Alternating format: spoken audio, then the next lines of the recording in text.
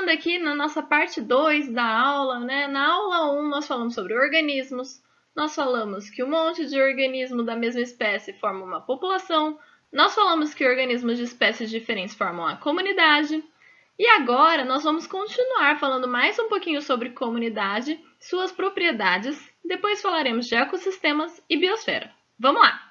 Nós temos propriedades, né, dessas comunidades, essas propriedades descrevem que elas têm muita heterogeneidade espacial. O que é isso? Ao longo do espaço, elas vão ser muito diversificadas, muito diferentes. Algo heterogêneo é algo que não é muito similar um do outro. E nessas heterogeneidades espaciais, nós podemos ter ou a zonação, que é um gradiente ambiental, ou a estratificação vertical, ou os mosaicos, que eu vou explicar cada um deles. Quando eu tenho a zonação ou gradiente ambiental, eu vejo que eu tenho faixas no meu ambiente. Olha aqui, são faixas horizontais no meu ambiente. Por exemplo, os costões rochosos. Essas zonações dos costões rochosos, a gente vê que tem diferentes distribuições de espécies aqui. Então, eu tenho comunidades que se organizam, que se dispersam por esse ambiente de uma determinada forma. Como que é a forma que elas vão estar distribuídas aqui? Elas vão estar distribuídas de acordo com a variação da água. Olha aqui, é um costão rochoso, então aqui eu teria o oceano, certo? O costão rochoso ele vai ter diferenças de limites de maré. Até essa área aqui, ó, é uma maré que consegue chegar normalmente. Então, esse ambiente aqui, eu vou ter espécies que estão bastante adaptadas a se manterem submersas o tempo todo. Depois, nessa segunda faixa aqui, é o limite que eu tenho a possibilidade da água do oceano chegar até aqui quando eu tenho uma maré alta. Ou seja, nessa segunda faixa azul aqui, eu vejo que há uma variação da umidade, uma variação da chegada da água, né? Quando eu tenho maré alta, chega a água até aqui. Quando eu tenho maré baixa, a água fica até aqui. Ela não está o tempo todo submersa, mas ela não está o tempo todo mais seca. Tudo bem? E já nessa terceira linha aqui, por exemplo, eu tenho uma linha que não tem a chegada da maré. Então, é uma linha não tão exposta à água, ela não se mantém úmida o tempo todo, então ela está exposta ao ar e esporadicamente a alguns borrifos de água das ondas. Mas não é tão significativa quanto ficar emergida o tempo todo ou ficar com essas variações de maré aqui, tudo bem? E essas daqui normalmente são espécies que têm uma maior capacidade de reter água, por exemplo.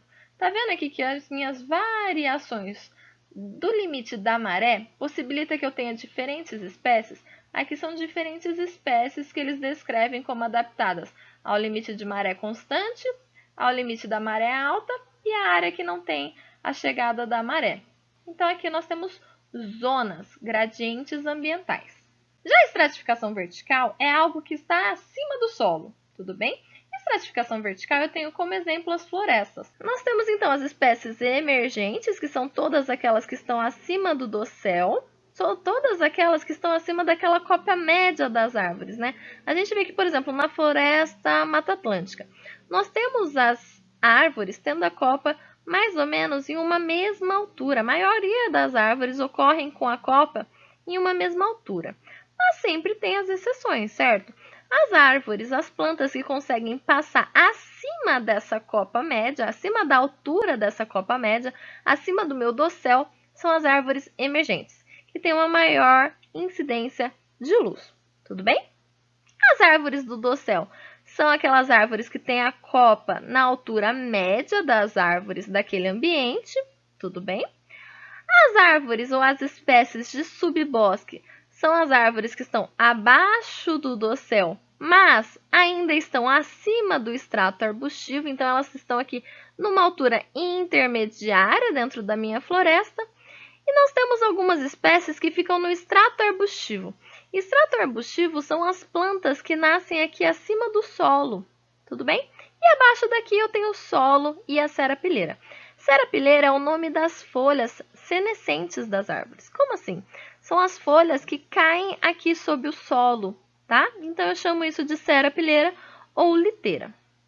E a gente vê que essa estratificação vertical nas florestas, elas são mantidas e elas têm diferentes incidências luminosas. Aqui, as minhas árvores emergentes, elas têm uma maior incidência luminosa. As minhas árvores de dossel ainda têm uma grande incidência luminosa. As minhas árvores do subbosque, elas estão em um ambiente com uma menor incidência luminosa. E as plantas, as espécies que estão no extrato arbustivo, a incidência luminosa é ainda menor ainda. Aqui nós temos uma observação quando ocorre uma abertura de clareira. O que é uma abertura de clareira? Se acontecer um raio aqui, por exemplo, ou se acontecer um corte dessas árvores, ou se acontecer uma queimada, eu acabei com essas árvores aqui de cima. Então, se você perder essas árvores aqui de cima, você tem um fenômeno chamado abertura de clareira. Então, quando você tem a abertura de clareira, há uma grande chance das sementes que estão no solo germinarem por causa dessa maior incidência de luz e porque elas não vão ter que ficar competindo com as outras plantas. Essa parte de abertura de clareira nós vamos falar mais nas próximas aulas. E também nós temos as propriedades das comunidades que podem formar mosaicos.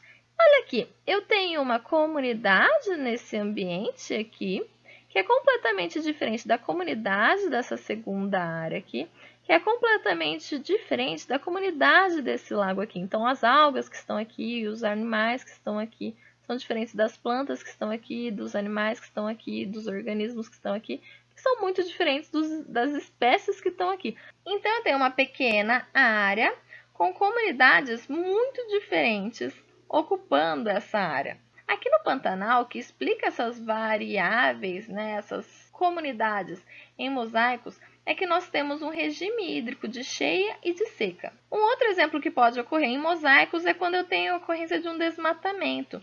Então, eu tenho no desmatamento uma floresta completa, em um clímax, uma floresta com todas as suas funcionalidades e as diferentes espécies ocorrendo lá dentro. E aí, bem ao lado, eu tenho uma área desmatada. E eu consigo ver esse mosaico, essa variação na comunidade que está dentro da floresta e da comunidade que vai estar na área desmatada. Até agora nós vimos os organismos, um monte de organismo da mesma espécie formam uma população, um monte de organismos de espécies diferentes formam uma comunidade, e agora nós vamos falar dos ecossistemas. Até agora, todas as organizações que nós falamos consideram apenas os organismos vivos, então só os fatores bióticos. Ecossistema vai considerar os fatores bióticos e abióticos, ou seja, os seres vivos, os organismos de diferentes espécies e o ambiente que ele está. O ambiente é algo não vivo, certo? Então é um fator abiótico. Os ecossistemas podem ser marinhos, aquáticos, terrestres, e dentro dos ecossistemas nós vamos estudar mais para frente os biomas. Os biomas a gente fala que são categorias amplas de um ecossistema terrestre. Então são ambientes que têm características similares. Por exemplo, o bioma da Mata Atlântica, o bioma da Caatinga, e assim por diante, tá? Esse conteúdo do bioma a gente vê mais pra frente. Quando a gente fala de fatores abióticos, a gente fala da parte não viva de um ambiente. Então, são todas as características físicas, as características ambientais, como temperatura, a luz desse ambiente, umidade, quantidade de radiação, se tem muitos nutrientes disponíveis, como é a composição do solo. E aí a gente faz a perguntinha aqui, geradora, para vocês tentarem entender qual que é o tamanho de um ecossistema. O tamanho de um ecossistema pode ser da mesma ideia que a gente falou de comunidade. Lembra que nós temos comunidades maiores e dentro dessas comunidades maiores nós temos comunidades menores? No ecossistema também, nós podemos ter um ecossistema muito amplo e dentro desse ecossistema amplo ter ecossistemas menores. Por exemplo, a gente pode falar o ecossistema marinho, ou a gente pode falar o ecossistema de florestas tropicais, ou a gente pode falar em ecossistemas menores, por exemplo, o ecossistema que ocorre dentro daquela bromélia que nós falamos anteriormente, que acumula água. O seu corpo pode ser um ecossistema. Você já pensou nisso? Nós temos muitos micro-organismos no nosso corpo, Nós temos uma grandíssima quantidade de bactérias no nosso corpo, tanto interno quanto externo. Você pode ser um ecossistema para muitas bactérias, então você é muito importante para muitas bactérias. Dentro da classificação de ecossistemas, nós temos a definição de ecótono. Ecótono é uma área de transição entre dois ecossistemas. Então, por exemplo, eu tenho aqui uma área de floresta e ao lado eu tenho uma área de pastagem.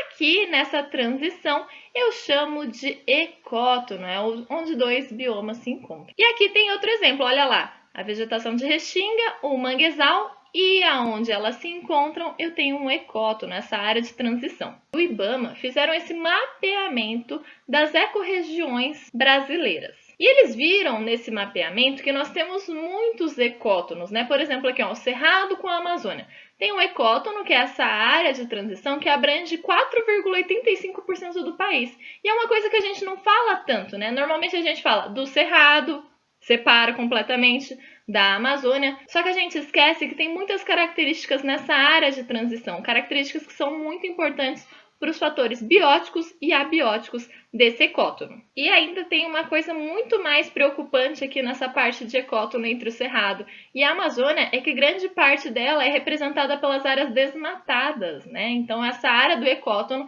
está dentro dessa região de desmatamento da Amazônia. E para finalizar, então, os níveis de organização, nós temos a biosfera. A biosfera é o conjunto de todos os ecossistemas da Terra. Então, esfera com bio e esfera com vida. Então, nós consideramos que é toda a parte habitada do nosso planeta. Nós temos limites com grande altitude e limites com grande profundidade, porque nós consideramos tanto a atmosfera, que é a área que tem o ar, né, os gases, a litosfera, que é a área que tem o solo, e a hidrosfera, que é a área que tem o líquido, os oceanos. Para finalizar, então, nós vimos os organismos, um monte de organismos da mesma espécie forma a população, espécies diferentes formam a comunidade. Quando eu junto os seres vivos com seres não vivos, então fatores bióticos com fatores abióticos, eu tenho os ecossistemas, e quando eu considero toda a região que tem vida na Terra, eu tenho a biosfera. Você consegue ver que é um englobando o outro, né? Que esses níveis de organização estão contidos um dentro do outro. E aqui a gente tem uma representação do livro Ecologia de Populações e Comunidade. E nesse livro, esse esquema aqui, ele junta o conteúdo das nossas duas aulas, da aula de hoje e da aula que nós tivemos anteriormente.